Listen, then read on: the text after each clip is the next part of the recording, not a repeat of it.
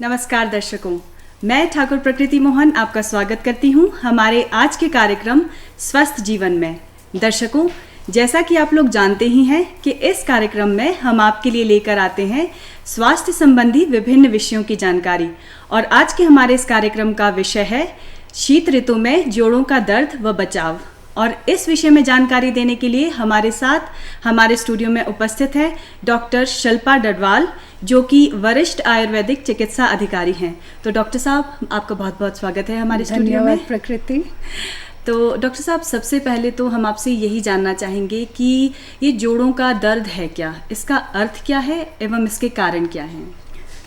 जोड़ों का दर्द, जिसे कि हम इंग्लिश में आर्थराइटिस कहते हैं। आर्थरो मतलब जॉइंट्स जी, एंड आइटिस मीन्स इन्फ्लामेशन जी। जहाँ भी जॉइंट्स की इन्फ्लामेशन की वजह से जो हमें दर्दें रहती हैं उसको हम आर्थराइटिस कहते हैं या जोड़ों का दर्द कहते हैं जी। तो जोड़ों का दर्द में हमारे डिफरेंट तरह के डिजीजेस कवर होते हैं। इसमें हमारे 3 जो मेन डिजीजेस कवर होते हैं वो हैं ऑस्टियोआर्थराइटिस, रियोमेटॉइड आर्थराइटिस, गाउट।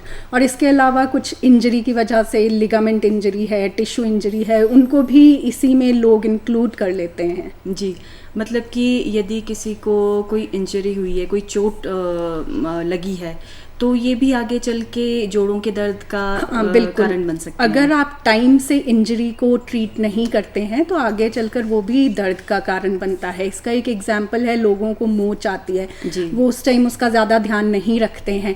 बाद में वो जब भी विंटर्स आएंगी तो लोग हमेशा बोलेंगे कि हमें जॉइंट पेन हो रही है, एंकल में पेन हो रही है। तो उसका मेन रीज़न यही रहा होता है कि उनको उस टाइम इंजरी हुई होती है जिसकी उन्होंने उस टाइम प्रॉपर केयर नहीं की होती है। जी डॉक्टर साहब, देखिए जैसे अब सर्दियाँ आ रही हैं तो जो खास करके देखा गया है कि हमारे जो बुज़ुर्ग लोग हैं उनको उनके जो जोड़ों का दर्द है तो वो सर्दियों में ज़्यादा हो जाता है, गर्मियों में थोड़ा कम रहता है, सर्दियों में ज़्यादा हो जाता है। ऐसा क्यों होता है? इसका साइंटिफिक रीज़न है, एक्चुअल में जब भी विंटर्स आते हैं तो हमारी बॉडी का अपना एक मैकेनिज्म है जिसके अकॉर्डिंगली वो बॉडी के जो मिडल पार्ट है हमारी बॉडी का, उसमें ब्लड सर्कुलेशन को इंक्रीज़ कर देता है। जब वो बॉडी के मिडल पार्ट में ब्लड सर्कुलेशन इंक्रीज़ होता है तो जो हमारी एक्सट्रीमिटीज़ हैं, जैसे हमारे हैंड्स हैं, नीज़ हैं, एल्बोज हैं, फीट है, इनमें जो है वो वेसो कंस्ट्रिक्शन हो जाती है। थोड़ा सा मतलब यहाँ पे कम ब्लड सर्कुलेशन रहती है, मतलब जिसकी वजह से प्रवाह है वो अवरुद्ध होता है। हाँ, घट जाता है, अवरुद्ध नहीं होता है, घट जाता है जी। तो वो विंटर्स की वजह से वो घटा रहता है। तो जब वो घटा रहता है उसकी वजह से पेन बढ़ जाती है। कुछ थोड़ा एटमॉस्फेरिक प्रेशर पे का भी इसमें रोल रहता है, क्योंकि एटमॉस्फेरिक प्रेशर बढ़ जाता है विंटर्स की वजह से, तो जो हमारी नर्व एंडिंग्स हैं वो थोड़े इरिटेटेड रहती हैं उसकी वजह से। जब वो इरिटेशन होगी नर्व एंडिंग्स में, उससे भी पेन बढ़ जाएगी। और वैसे हमारा आयुर्वेद में भी इसका बहुत अच्छा वर्णन है। हमारा आयुर्वेद बताता है कि जिस तरह से जब बाहर का मौसम ठंडा हो जाता है तो हमारी बॉडी से जो हीट है वो एस्केप नहीं कर पाती। जब वो बॉडी से हीट एस्केप नहीं होती है तो वो अंदर ही रह जाती है। जब वो अंदर रह जाएगी तो हमारी बॉडी में जो खाना डाइजेस्ट करती है वो एक अग्नि होती है, जठराग्नि। तो वो जठराग्नि जो है वो प्रज्वलित हो जाती है। तो इस टाइम पे हमें ज़्यादा खाने की ज़रूरत रहती है, पौष्टिक आहार की ज़रूरत रहती है। लेकिन अगर हम इस सीज़न में पौष्टिक आहार नहीं लेते हैं तो जो ये जठराग्नि है ये हमारी धातुओं को क्षय करने शुरू कर देती है। हमारे आयुर्वेद में माना जाता है रस, रक्त, मांस, मेद, अस्थि, मज्जा, शुक्र, इस तरह से धातुएं मानी जाती हैं जिनसे हमारी बॉडी का निर्माण होता है। तो ये जो हमारी जठराग्नि है, अगर प्रॉपर इसको पौष्टिक आहार नहीं मिलता है तो ये इन धातुओं का क्षय कर देती है। जब धातुओं का क्षय होगा तो बॉडी में रूक्षता बढ़ेगी, जिससे वात प्रकोपित होगी।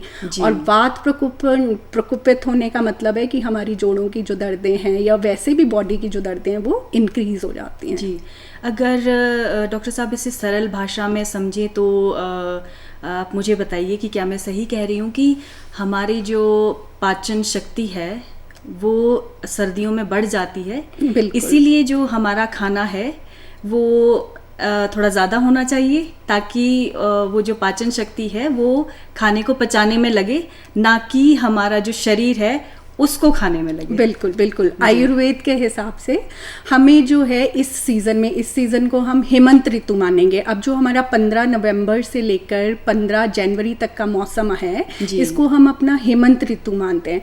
हेमंत ऋतु में जो हमारी जठराग्नि है वो काफ़ी ज़्यादा प्रज्वलित होती है, तो इसमें हमें पौष्टिक आहार लेना होता है। पौष्टिक आहार में हम गुरु आहार, स्निग्ध आहार, गुरु आहार का मतलब है कि जो हैवी फूड आइटम्स आप कह सकते हो, जैसे घी, तेल, ये चीज़ें जो हैं इस मौसम में डाइजेस्ट हो जाती हैं जी, ठीक है। यही आप अगर पहले खाओगे, वर्षा ऋतु में लोगे या शरद ऋतु में लोगे, तो वो आपको प्रॉपरली डाइजेस्ट नहीं होंगी। लेकिन जो अब ऋतु शुरू हो रही है, इस ऋतु में आप इनको लोगे तो वो आपको प्रॉपरली डाइजेस्ट हो जाएंगी। ये तो हो गया गुरु आहार। ऐसे स्निग्ध आहार, घी, तेल, गुरु आहार जैसे दूध से बनी हुई हमारी आइटम्स, गन्ने से बनी हुई आइटम्स। लेकिन इसमें मैं एक चीज़ और क्लियर करना चाहूँगी कि ऐसा ना हो कि कोई डायबिटिक पेशेंट है और वो गन्ने से बनी आइटम्स ले रहा है। जैसे गुड़ का बहुत महत्व है, गुड़ आपका जो है बहुत हेल्पफुल है इस मौसम में। लेकिन अगर आप डायबिटिक हैं और आप गुड़ लेंगे तो वो आपको और चीज़ों में नुकसान करेगा। तो आपको जो भी अपना डाइट का प्लान बनाना है और जो भी आहार खाना है, वो ये ध्यान में रखते हुए खाना है कि आपको ऑलरेडी कोई डिजीज़ तो नहीं है जिसमें आपको वो चीज़ें मना है, और अगर आपको वो चीज़ें मना है तो आपको वो नहीं लेनी है। तो मतलब अपनी बुद्धि का यूज़ करते हुए या किसी डॉक्टर की या फिजिशियन की हेल्प लेकर आपको एक डाइट प्लान बनाना है। और इस मौसम में प्रॉपर डाइट जो है वो बहुत महत्व रखती है।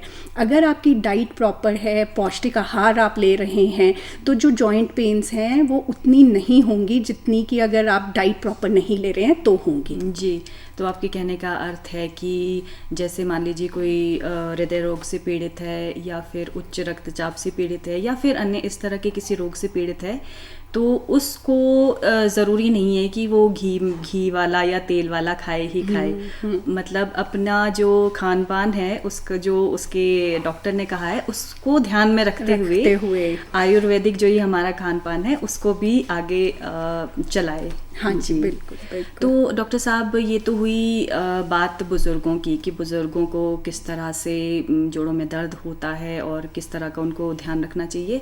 अब हम आपसे जानना चाहेंगे कि जो कम आयु वर्ग है, क्या उनमें भी इस तरह के जोड़ों के रोग होते हैं या फिर सिर्फ बुज़ुर्गों में ही इस तरह के रोग होते हैं?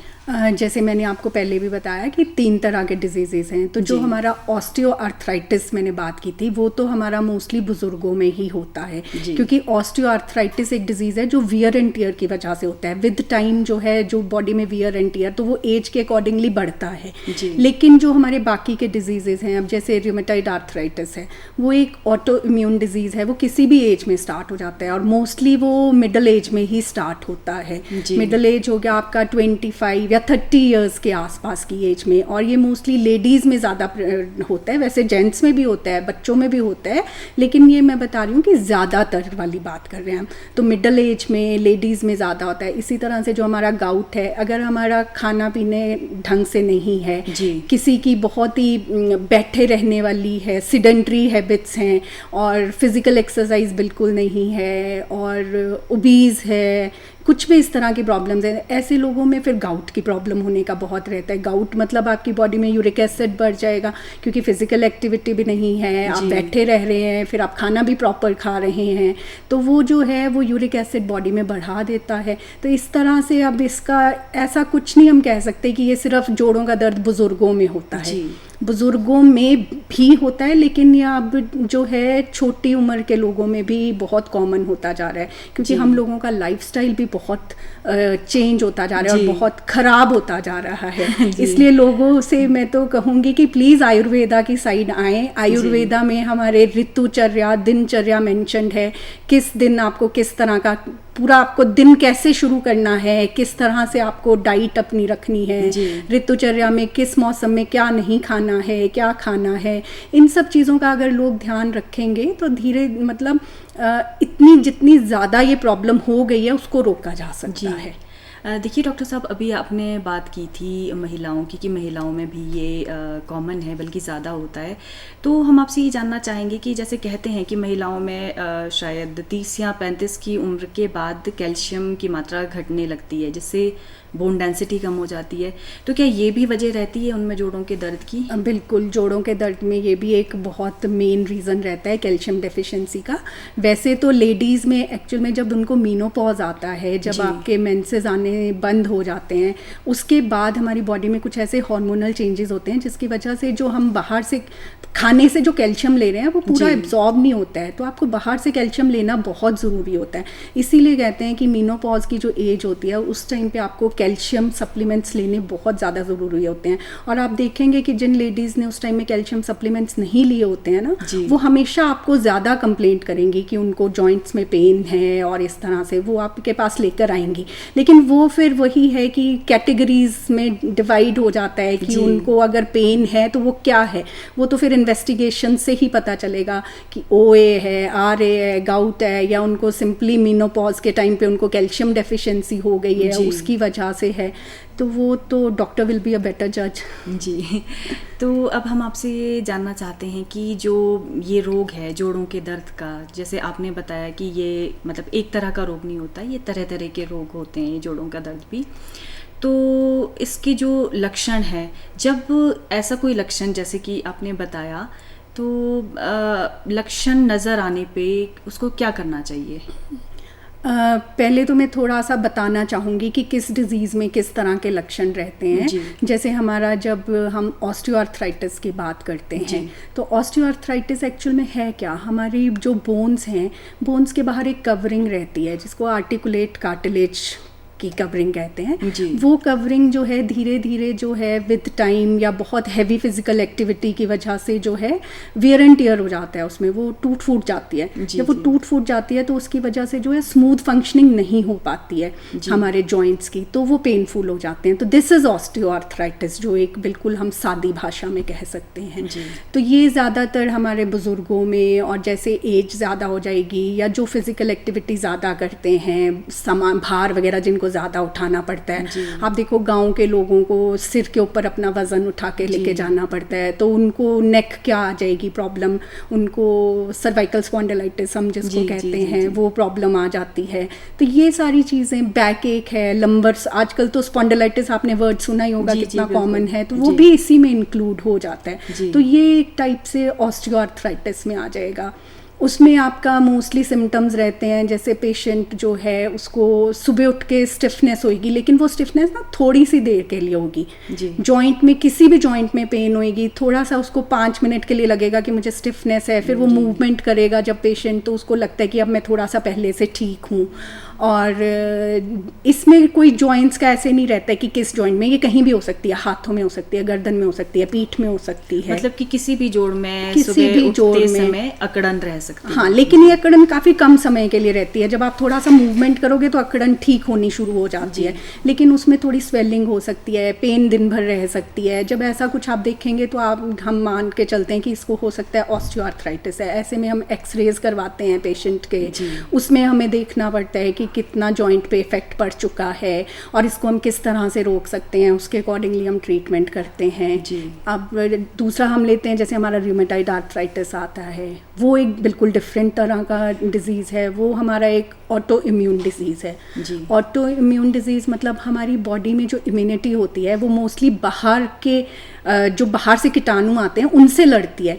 लेकिन ऑटो इम्यून डिजीज़ में ऐसा हो जाता है, हमारा इम्यून सिस्टम हमारे बॉडी के हेल्दी टिश्यूज़ को खाना शुरू कर देता है। वो जो है मतलब इंटरनल एक गड़बड़ कह लो आप, बॉडी के अंदर होती है, जिसकी वजह से इम्यून सिस्टम जो है हेल्दी टिश्यूज़ को खाना शुरू कर देता है। तो हमारे बोन्स के आसपास एक साइनोवियल मेम्ब्रेन रहती है, कोटिंग होती है, जहाँ से साइनोवियल फ्लूइड जो है वो हमारा रिलीज़ होता रहता है, उसको धीरे धीरे मतलब खाना शुरू कर देगा।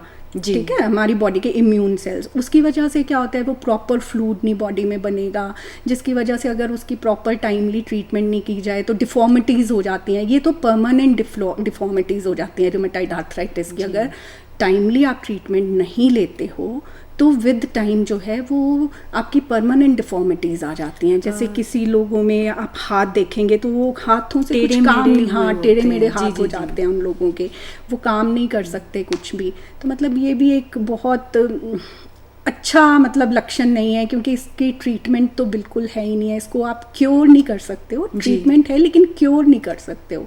इसमें आपको सिर्फ ये है कि जो पेन है, पेन पे वर्क करोगे कि पेशेंट अपनी रोज़मर्रा की जो एक्टिविटीज़ हैं उनको प्रॉपरली कर सके, मतलब मैनेजमेंट होती है इसकी। ठीक है, तो ये एक बहुत मतलब अच्छा डिजीज़ नहीं माना जाता है, क्योंकि इसको ट्रीट नहीं कर सकते हम। फिर हमारा गाउट है। गाउट तो आपकी अपनी गलती से आपको होगा, क्योंकि अगर आप अपना डाइट का ध्यान नहीं रख रहे हैं, सिडेंट्री हैबिट्स हैं कि आप कोई फिजिकल एक्सरसाइज नहीं कर रहे हैं, तो आपकी बॉडी में यूरिक एसिड बढ़ जाएगा। यूरिक एसिड बढ़ने की वजह से एकदम से उसमें सडन ऑनसेट होता है। आप अचानक सोए हुए हैं, आपको अचानक से पेन शुरू, अर्ली मॉर्निंग ना शूटिंग पेन होगी, पैर के अंगूठे के आसपास हो सकती है, पैर के तलवे में हो सकती है, कई बार ऊपर घुटने तक हो सकती है। इवन आप वहाँ पे ना जुराब पहन सकते हैं, ना रजाई रख सकते हैं, इतनी ज़्यादा शूटिंग पेन होती है। तो उससे हमें पता चलता है कि ये गाउट है। ये जो आपने जिस दर्द की बात की, ये सुबह के समय होने वाला दर्द है या फिर ये कभी भी होने वाला? नहीं, कभी भी हो सकता है। ये होता है प्रोबेबिलिटी कि मोस्टली क्या होगा, ये सुबह के टाइम आपको अचानक नींद टूटेगी आपकी और आप बोलोगे मुझे पेन हो रही है, तो वो गाउट में होगा। अब जैसे मॉर्निंग स्टिफनेस की बात कर रही थी, अगर आपको मॉर्निंग स्टिफनेस 15 मिनट से ज़्यादा रह रही है, दैट मीन्स वो आपका हो सकता है रूमेटाइड आर्थराइटिस की वजह से है। तो मतलब वो डिफरेंट सिम्टम्स हैं जो हमें पूछना पड़ता है। पेशेंट जब हमारे पास आता है तो हम उसकी हिस्ट्री लेते हैं, उसको पूछते हैं कि दर्द है तो किस तरह की है। अगर जॉइंट पेन है, अब रूमेटाइड आर्थराइटिस है, वो आपका मोस्टली क्या होता है, सिमेट्रिकल होता है कि अगर आपको राइट हैंड में हो रहा है ना, तो आपको लेफ्ट हैंड में भी होगा।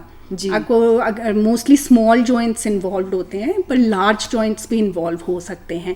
अगर आपके पैर की उंगलियों में दर्द हो रही है, राइट साइड हो रही है, तो आपको लेफ्ट में भी होगा। तो इस तरह से हमें वो सिम्टम्स पूछकर और पेशेंट से पूछकर तब हम आइडिया लगा लेते हैं कि इसको ऑस्टियोआर्थराइटिस है या रूमेटाइड है या गाउट है या किसी इंजरी की वजह से है।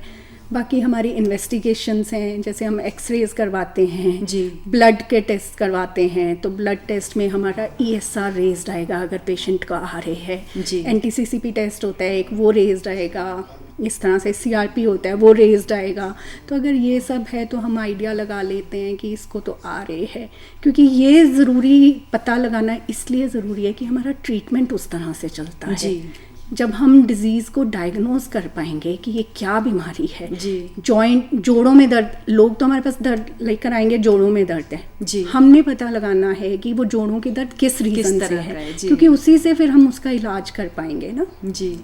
क्योंकि कई बार ऐसा भी देखा गया है कि जैसे कोई दर्द होता है या पीठ में दर्द है या कहीं किसी जोड़ में दर्द है, तो आजकल तो देखिए टीवी पे कितनी सारी एड्स आती हैं, तो लोग अपने ही तरीके से अपनी दर्दों का इलाज करना बेहतर समझते हैं। तो अब आप हमें ये बताइए कि क्या किसी व्यक्ति को ऐसा करना चाहिए कि कोई भी बाम लगा लिया या फिर उसी बाम के भरोसे बैठे रहे कि नहीं ये लगाएंगे तो हम फिर ठीक हो जाएंगे? तो ये क्या जो ये बाम लगाते हैं ये क्या कारगर होते हैं? क्या इनसे जो ये दर्द है वो उसकी ट्रीटमेंट होती है, चिकित्सा होती है क्या इस तरह के? नहीं, ये ट्रीटमेंट नहीं होती है, ये सिर्फ हेल्पफुल होते हैं, आपकी पेन को कुछ टाइम के लिए कम करने में हेल्पफुल है।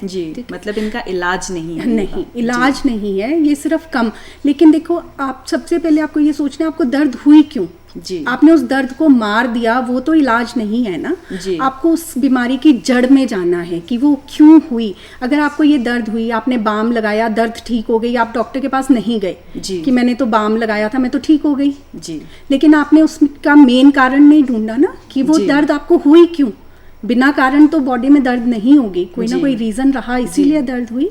तो बेटर होता है कि अगर आपको इस तरह का कुछ है, आप बाम लगा लो फॉर द टाइम बिंग, क्योंकि आपको रात काटनी है या आपको दिन काटना है, आप कल जा सकते हो, आप परसों जा सकते हो डॉक्टर के पास। फॉर द टाइम बिंग आप बाम यूज़ करो, लेकिन उसके बाद इट इज़ मैंडेटरी कि आप जाके डॉक्टर को मिलो, आप पता लगाओ कि मुझे ये तकलीफ़ क्यों हुई। ऐसा तो नहीं है, अब जैसे मैंने आपको बताया आ रहे है, ऐसा तो नहीं है कि आपको कोई आ रहे की पेन शुरू हुई है। अगर आ रहे की पेन शुरू हुई है, टाइमली ट्रीट नहीं करेंगे तो परमानेंट डिसेबिलिटी हो सकती है। तो बेटर है आप उसको जितना जल्दी पकड़ लोगे बीमारी को, आप उतनी जल्दी उसका इलाज कर पाओगे। अब जैसे किसी को अगर ऑस्टियोआर्थराइटिस की शुरुआत है, अगर वो एक्सरसाइजेज शुरू कर देते हैं स्टार्टिंग में, तो वो डिजीज़ बढ़ेगा नहीं आगे, ठीक है। लेकिन अगर उसने घर में बाम लगाया, अपनी ट्रीटमेंट करी, बोला मैं तो अब ठीक हूँ जी। तो वो उसको इन द लॉन्ग रन उसको नुकसान है उसका, ठीक है, क्योंकि हम शुरू में किसी चीज को प्रिवेंट कर सकते हैं, बाद में तो जो एक बारी परमानेंट उसमें हो गया डिसऑर्डर कुछ हो गया तो उसको तो आप नहीं ट्रीट कर सकते हो ना फिर। जी। तो डॉक्टर साहब देखिए, ये तो हमने बात की रोगों के लक्षणों की। हमारे आयुर्वेद में ऐसे रोगों से अगर हम खासकर बात करें, जो ये हमारे जोड़ों के दर्द है, उनसे बचाव के क्या क्या तरीके बताए गए हैं और आयुर्वेद में इनकी क्या चिकित्सा है, क्या क्या दवाइयाँ मिलती हैं? बचाव की अगर हम बात करें पहले तो जैसे मैंने पहले भी बोला है कि ऋतुचर्या को फॉलो करना बहुत ज़रूरी है। जोड़ों से दर्द के ज़्यादातर जोड़ों की दर्द विंटर्स में बढ़ जाती है जी। और उसको बचाने के लिए आपको सही आहार और विहार का ध्यान रखना है। आहार मतलब आपकी डाइट में मैंने पहले भी बताया है कि स्निग्ध आहार जिसमें आपका घी तेल रहता है, इसीलिए विंटर्स में आप देखो हम रोटी के साथ घी शक्कर खाते हैं, चावल के साथ घी शक्कर खाते हैं, नए चावल हम विंटर्स में खाते हैं। नए चावल जो है वो गुरु माने जाते हैं, है ना, तो नए चावल खाते हैं। और इसी तरह से आप जैसे अगर आप किसी को तला हुआ खाने का शौक है तो अगर आप इस सीजन में तला हुआ खाओगे आपको डाइजेस्ट हो जाएगा। मतलब इस सीजन में जो तला हुआ खाने की शौकीन है वो शौक से तला हुआ सकते हैं। जी। लेकिन फिर वही बात आ जाती है कि जिनको ऑलरेडी प्रॉब्लम्स है उनको ये सब नहीं करना है। ये हम उन लोगों के लिए बात कर रहे हैं जो ऑलरेडी हेल्दी हैं और वो बचाव करना चाह रहे हैं कि हमें इन द लॉन्ग रन जो है ये प्रॉब्लम्स नहीं आनी चाहिए। तो उन लोगों के लिए मैं बात कर रही हूँ कि आप अपना डाइट का पौष्टिक आहार लो। पौष्टिक आहार में आपका जाता है कि इस टाइम पे इन सीज़न में 15 नवंबर टू 15 जनवरी आप बेझिझक होकर दूध की बनी हुई आइटम्स लो, आप गन्ने से बनी हुई आइटम्स लो, आप घी खुला खाओ, गुड़ शक्कर खुला खाओ, ठीक है। और विहार में आ जाता है हमारे कि हमें किस तरह से रहना है, हमें गर्म कपड़े पहनने हैं। जैसे होता है कि लोग सोचते हैं कि अच्छा धूप निकली हुई है रहने दे, कोई फ़र्क नहीं पड़ता, मैं पतले कपड़ों में चला जाऊंगा। नहीं, इस टाइम पे बोला गया है कि आप अपनी बॉडी को वार्म रखें, बाहर से अच्छे से क्लोथ से अपने आप को कवर करके रखें।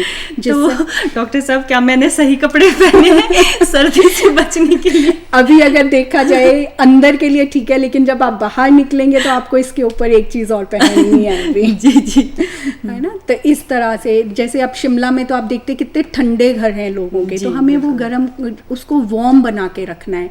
हाल जैसे आप हीटर लगाएं, ब्लोअर लगाएं, हीटर और ब्लोअर लगा के अपना एटमॉस्फेयर और अपना रूम के अंदर का टेम्परेचर को मेंटेन करके रखें, क्योंकि अगर आप ठंड में घूमते रहेंगे तो वो अल्टीमेटली फिर आपके जॉइंट्स पे इफेक्ट डाल रहा है। क्यों डाल रहा है वो मैंने पहले ही बता दिया था। आपकी वेसो कंस्ट्रिक्शन होगी तो पेन बढ़ेगी आपकी, ठीक है, और जॉइंट्स को नुकसान होता है। तो इसलिए बहुत अच्छा रहता है कि अगर आप अपनी बॉडी को वार्म रखो इस मौसम में। तो ये हमारा आयुर्वेद के अकॉर्डिंगली आहार विहार पे अगर आप ध्यान देंगे तो वो आप जो है जॉइंट पेन से खुद को बचा रहे हैं। यहाँ डॉक्टर साहब एक बात मैं आपसे ज़रूर जानना चाहूँगी। जैसे कहते हैं कि हम हीटर लगाएंगे, ब्लोअर लगाएंगे तो इससे भी नुकसान होता है हमारे शरीर को, तो किस तरह का नुकसान होता है और इससे बचाव के क्या तरीके होते हैं? इससे एक्चुअल में ड्राइनेस आती है, बॉडी में ड्राइनेस आती है हमारी। आप देखो पूरी बॉडी में स्किन से लेके म्यूकस मेम्ब्रेन सब में थोड़ा थोड़ा गीला रहता है, गीली रहती है ना, आपका मुंह है, नोज के अंदर है। तो अगर हम कंटिन्यूसली ये यूज़ करते हैं तो उससे ड्राइनेस बढ़ती है। जो ड्राइनेस है वो फिर आपके लिए हार्मफुल है। तो बेटर रहता है जब भी आप हीटर ब्लोअर कुछ भी यूज़ कर रहे हैं तो आप एक खुले बर्तन में पानी रखें, जैसे कोई बोल है, थोड़ा इतना साइज का बोल लेकर, मतलब जो खुला हो, है ना। गिलास में रखोगे दैट इज नॉट इफेक्टिव। आपको खुले बर्तन में, जहां आप हीटर लगाते हैं ब्लोअर लगाते हैं उसके साथ में खुले बर्तन में आप पानी ज़रूर रखें। जब आप पानी रखेंगे तो वो आप देखना धीरे धीरे वो पानी भी कम हो जाता है। और वैसे भी आपको और जगह भी पानी रखना चाहिए। जैसे आपने अपने घर में कोई फ्लावर पॉट रखा है, आप उसमें पानी रखो, पर रोज़ का रोज़ चेंज करना है आपको उस पानी को। तो वो जो है वो एटमॉस्फेयर में ह्यूमिडिटी को बनाए रखेगा। तो उसकी वजह से जब आप हीटर ब्लोअर लगाएंगे तो आपकी बॉडी को जो है वो नुकसान नहीं होता है। जी। तो अब हम जानेंगे दवाइयों के बारे में कि हमारे आयुर्वेदा में किस तरह की दवाइयाँ उपलब्ध हैं जोड़ों से दर्द से बचाव के लिए। जोड़ों के दर्द के लिए हमारे पास गूगल बहुत अच्छी एक मेडिसिन है, तो गूगल जो है वो गरम मानी जाती है, ठीक है। तो इसमें अलग अलग डिजीज़ेज़ में अलग अलग तरह के गूगल हम यूज़ करते हैं। जैसे हमारा जो ऑस्टियोआर्थराइटिस है उसमें हमारा सीनाथ गूगल बहुत अच्छा इफेक्टिव है। साथ में शिलाजीत है, शिलाजीत यूज़ करो, शिग्रू है, शिग्रू यूज़ करो, और भी बहुत सारी चीज़ें हैं। ये मैं सिर्फ आपको मेन चीज़ें बता रही हूँ, क्योंकि जो बाकी चीज़ें हैं वो हमें अकॉर्डिंग टू सिम्टम्स देख के फिर ट्रीटमेंट करना होता है पेशेंट का। फिर जो हमारा रूमेटाइड आर्थराइटिस है, इसमें हमारा एक आंवला तरी रस आता है, कैशोर गूगल आता है, इनको हम यूज़ करते हैं। जो हमारा गाउट है, गाउट में हमारा गिलोय का बहुत महत्व है, तो गिलोय से जो है वो यूरिक एसिड का जो है लेवल भी डाउन आता है, और ज़्यादा पानी पियेंगे आप तो वो बॉडी से बाहर भी निकलता है यूरिन के थ्रू। और जब आप ये सब कर रहे हैं, एक चीज़ जो मैं बताना चाहूँगी, जो जॉइंट की पेन्स हैं, अगर आपका स्टमक ठीक नहीं है ना, तो आपको जॉइंट पेन्स हमेशा ज़्यादा तंग करेंगी। तो आपका जॉइंट पेन्स जिस भी पेशेंट को है उसको अपने स्टमक पे बहुत ध्यान रखना है, मतलब उसका डाइजेशन जो है वो प्रॉपर होना चाहिए। ऐसा ना हो कि उसको पेशेंट को कॉन्स्टिपेशन रहती है, या उसको बार बार लूजेस लगते रहते हैं, या फिर आप कई बार लेकर चलो किसी पेशेंट को भूख ही नहीं लगती है। कई ऐसे भी हमारे पास जॉइंट पेन्स के पेशेंट्स आते हैं जो कहते हैं हमें भूख नहीं लगती है, हम सिर्फ इसलिए खाना खाते हैं कि खाना खाना ज़रूरी है। तो उनके हमें उस पर काम करना है कि इनको भूख लगनी चाहिए, क्योंकि भूख लगना is a normal process in the body. अगर आपको भूख नहीं लग रही है, that means there is something wrong. तो आपको अगर जॉइंट्स की ट्रीटमेंट करनी है तो पहले आपको पेट की ट्रीटमेंट करनी है। जब पेशेंट का पेट ठीक होगा तब उसके अकॉर्डिंगली हमारी फिर जॉइंट्स की ट्रीटमेंट चलती है। जी, तो आपके पास जो पेशेंट्स आते हैं वो किस उम्र के पेशेंट्स ज़्यादा आते हैं? वैसे तो मोस्टली हमारे पास भी ओल्ड एज के पेशेंट्स ज़्यादा आते हैं जो हमारे जॉइंट पेन से रिलेटेड आते हैं। लेकिन अगर किसी को आ रही है रूमेटाइड आर्थराइटिस है, गाउट है, तो वो यंगस्टर्स भी आते हैं। और ट्रीटमेंट पर्पस में मैं आपको एक चीज़ ट्रीटमेंट में और बताना चाहूँगी, जो हमारी पंचकर्मा ट्रीटमेंट है आयुर्वेदा में, वो इसमें बहुत ज़्यादा इफ़ेक्टिव है। जो हमारे ओए के पेशेंट्स होते हैं उनमें हम मालिश करवाते हैं। स्निग्ध रखना है, मतलब जॉइंट्स को स्निग्ध रखना है हमने, ठीक है। स्निग्ध मतलब चिकनापन, स्निग्धता का मतलब होता है चिकनापन। तो हम मालिश करवाते हैं पेशेंट की, सेक करवाते हैं उनको। एक हमारी वस्ती होती है जिसमें हम एनस के थ्रू ऑयलेशन करते हैं पेशेंट की। तो ये जो चीज़ें हैं ये हमारे जॉइंट पेन्स में बहुत ज़्यादा हेल्पफुल हैं। फिर जो आरए के पेशेंट हैं उसमें पंचकर्मा की डिफरेंट ट्रीटमेंट चलती है। आरए के पेशेंट्स में बिल्कुल ऑयल यूज़ नहीं करना होता है, उसमें हमारे को हम रूक्ष पिंड स्वेदन करते हैं। तो उसमें हमारा पोटलियाँ बनाते हैं, वो उसमें क्या क्या डलता है वो हमारे मतलब डॉक्टर्स उस टाइम बताते हैं कि जैसे इस तरह की प्रॉब्लम्स हैं तो हम ये चीज़ों के साथ करेंगे। इसी तरह से गाउट में तो खैर पंचकर्मा अलाउड नहीं होता है। तो डिपेंड करता है कि क्या डिज़ीज़ है और कि उस डिज़ीज़ के अकॉर्डिंगली हमारी जो है वो ट्रीटमेंट चलती है। तो डॉक्टर साहब आप हमारे स्टूडियो में आए और एक बहुत ही बेहतरीन जानकारी आपने हमारे दर्शकों को दी। आपका हमारे स्टूडियो में आने के लिए बहुत बहुत धन्यवाद। तो दर्शकों, हम उम्मीद करते हैं कि आपको हमारा आज का ये कार्यक्रम ज़रूर पसंद आया होगा। अगले हफ्ते एक नई जानकारी के साथ आपसे दोबारा मुलाकात होगी। तब तक के लिए आज्ञा दीजिए। नमस्कार।